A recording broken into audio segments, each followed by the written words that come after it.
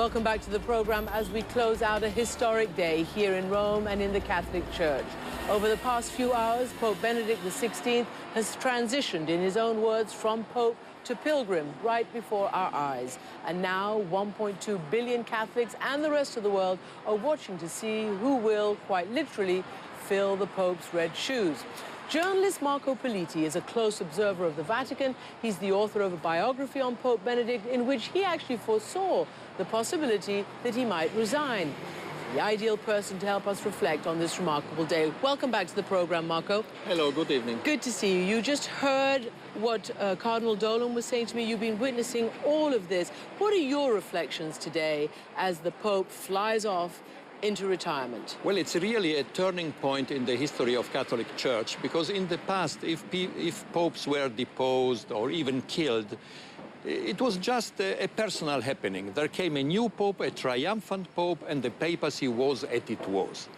But today, flying away, Pope Benedict left the Catholic Church, and especially the papacy, in a sort of after-earthquake situation, because the essence of the papacy is changing. With his humble gesture, he puts a break in the tradition when popes were semi-divine, eternal emperors, like emperors of the Roman Empire, and they were forever, they were absolute monarchs. And he has changed, just with few words, the sense of the papacy, because he said the Pope is a servant, the real head is Jesus Christ, and if a servant is no more ready to do his job, then it's better that he leaves a place to another one. So let me ask you this, because there have been a lot of questions, particularly by Catholics who may want to see slight opening up in various directions. The kinds of things like allowing Catholic priests to marry. I mean, let's face it, there is kind of a double standard right now, because Anglican priests, who the Catholics need so badly to fill their diminishing ranks, are coming in with families. In any event, all of these kinds of things, even women ascending to the top ranks of priesthood and other managerial ranks in the Catholic Church. Since this Pope has now set this precedent, do you think it means that these other are no longer taboo, that perhaps other precedents can be broken in this regard? Well, first of all, resigning Pope Benedict opened the way to a greater accountability, even of the popes, to the public opinion, and to the public opinion of the Catholics. We had here an unprecedented happening, that a cardinal who was ready to enter the conclave, Cardinal O'Brien from Edinburgh, had to resign because it came out that he was accused, allegedly, to have unappropriated relations to priests. So this never happened in the past. And so the new Pope knows that the importance of the public opinion of the Catholic community first, and of the public opinion in general, will be stronger.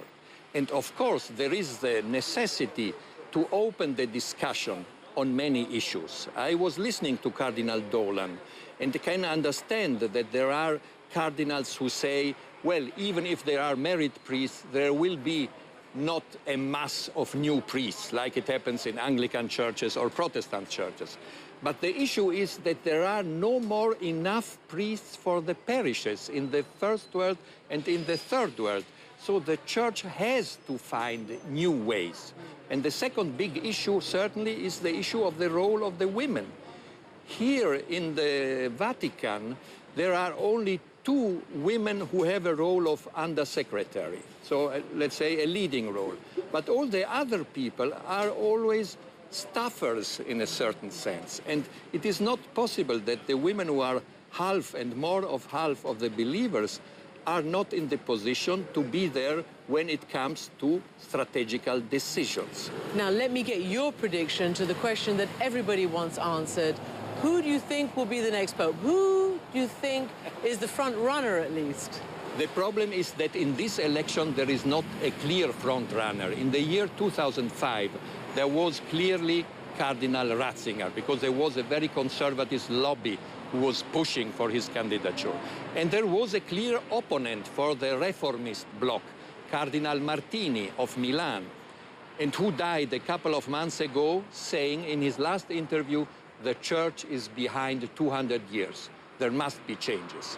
So this time there are too many candidates, at least now, and these candidates have not yet a package of voters, a block of voters behind them.